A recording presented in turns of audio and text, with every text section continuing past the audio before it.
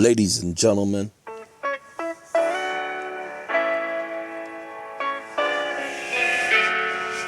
gentlemen and ladies, in a world like today, it's a rare occasion to be able to see young mothers like the ones that were around when I grew up. Sure was, huh? But they live on in memory. They sure to quite do. A few of us. And this song is dedicated to those who cherish that memory. That's in my background, ladies and gentlemen, because it's early on a Tuesday morning. Got something. I've been up for going on 2 hours now. I took a sleeping pill. It only lets me stay asleep for 5 straight hours, but that 5 straight hours is what I need because there's a lot on my mind. And what's on my mind? I'm going to tell you. Ladies and gentlemen, as I said in the previous video, that they keep interfering. Well, let them interfere with this. Ain't no headset on this phone. Okay? There ain't no headset issue.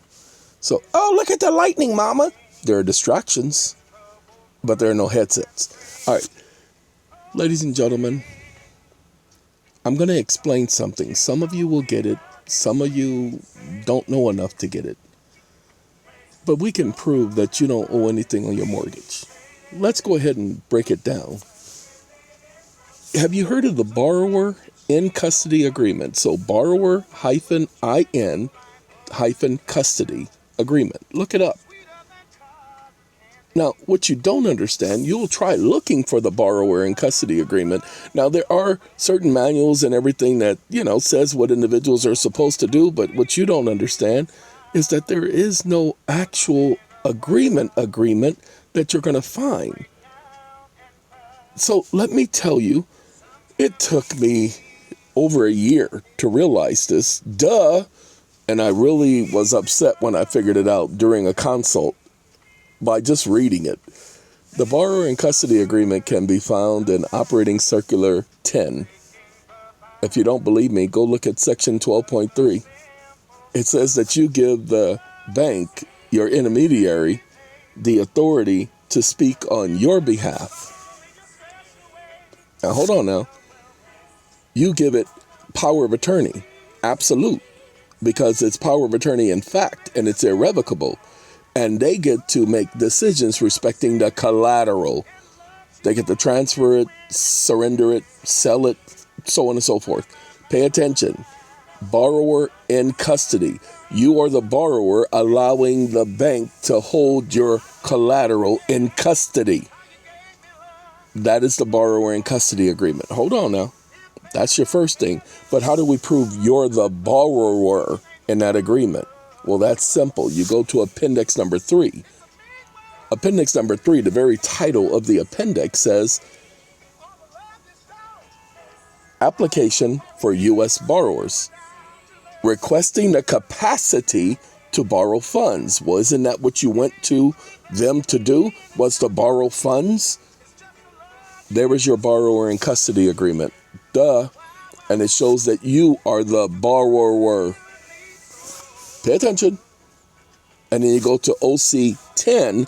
It shows that you are the one allowing those agents, the bank, to request funds on your behalf. Ta-da! Now that we have the borrower in custody agreement, let's prove something else. UCC Article 9, Section 210 gives you the right to demand the creditor provide you an accounting. Now they want to say, well, that's just a little simple piece of paper. They can just send you a statement of account and that's it. No, it says a record. It says of the transaction. It says of the obligations with an S. It's not just a simple record like they want to claim. Why? Because it says reasonable, and then it talks about the information being requested. But the key point is, let them say all of that stupid stuff. It says it has to be signed. How do we know it has to be signed? Well, section 102, 7A, as an apple, says that it has to be signed. Duh. And the accounting, it explains exactly what that entails under accounting, under 9 Section 102. 9, Section 102 is definition for the Uniform Commercial Code. But don't go by the Uniform Commercial Code. Go by your state's commercial code.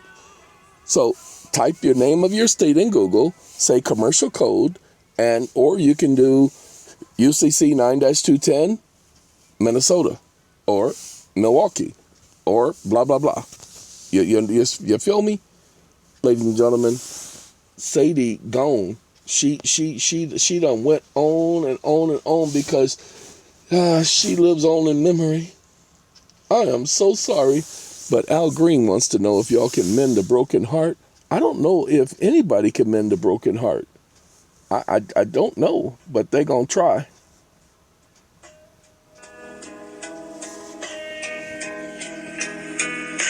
Y'all hear them? All right. Hey, Al, we're going to talk to you in a second. I got to finish talking to these people. Now, since we have those two items, let me explain something to you that you didn't know originally. How can you prove that the Federal Reserve, because if you look at the Federal Reserve Act, let's have you go to 12 USC 414. It says the Federal Reserve, if they approve your loan, they shall, mandatory, give the money to the bank on your behalf. Hold on now. And then you're required to pay back. Now, hold on now. Let's make sure of something. The bank is saying they never got paid. The bank is saying you owe them. Remember, you don't owe that bank. You owe the Federal Reserve. There is no mortgage. Shh, don't tell nobody. How do you prove that the Federal Reserve accepted your application like 12 USC 414 says? Go ahead, I'll give you some time to think about it. You can pause the video because I'm about to give the answer to everybody else. No, go ahead. Put yourself to the test. How do you prove that they gave the money in the first place? Because there's an idiot saying you owe them and you have to pay. They're saying there's an outstanding debt. There's somebody claiming to be a creditor. Now remember, Operating Circular says the funds came from the Federal Reserve. 12 USC 414 says it came from the Federal Reserve. So who is this sitting up here claiming that they're a creditor? The Federal Reserve is the creditor. So are these idiots who are claiming that's your agent? They're acting on your behalf. They cannot claim status of a principal. Even if they were an agent for the Federal Reserve, there is no agreement where they can stand in for the principal. There is no power of attorney with the Federal Reserve. Duh. And they're not coming in as a representative. They're coming in as a principal. They cannot do that. So some of you are going to get the significance of what's been said. Ladies and gentlemen, this is the type of stuff that the last couple of weeks I've been putting together, and this is why we're having problems. You see, that's a lot of thinking going on right there. All that electricity, that's what's happening with me. That's why I have to take a sleeping pill so I can slow it down because it's too much information. But I hope some of you can handle it. All right? Yeah. From time to time, we're going to do this to outdo them since they think they can outdo me. I know. Eventually, they're going to mess with the phone. But right now, they're not messing with it. So here you go. All right. Y'all take care. Me and Al, we got to go because, you know, he going to be here for a minute because I got to get up and get on the computer and all of that stuff. 2 hours ago, I woke up, but my day has already started. I ain't going back to sleep. Y'all take care. We're going to be back someday. Gotta go. How can you mend